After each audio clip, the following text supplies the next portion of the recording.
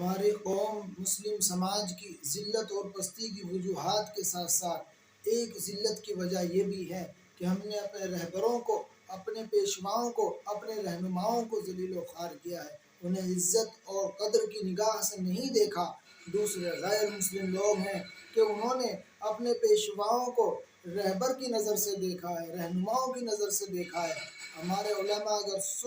سود خوری سے روکتے ہیں تو ہم رکنے کے لیے تیار نہیں، نماز کے لیے کہتے ہیں تو نماز پڑھنے کے لیے تیار نہیں، ہمیں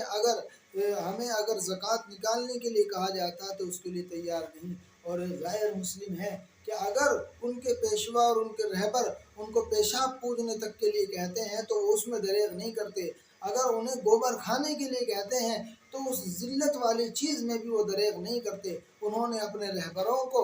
غیر ہونے کے باوجود، گمراہ کرنے کے باوجود سروں کا تاج بنایا ہے، اور ہم نے اپنے رہبروں کو جو ہمیں عبادت کی تلقین کرتے ہیں، اللہ سے ملانے کی تلقین کرتے ہیں، ہم نے اپنے پیشواؤں اور رہبروں کو ذلیل و خوار کیا ہے، انہیں کی قدر و منزلت کو ہم نے اپنی جوتیوں کے اندر روندا ہے۔ اس لیے آج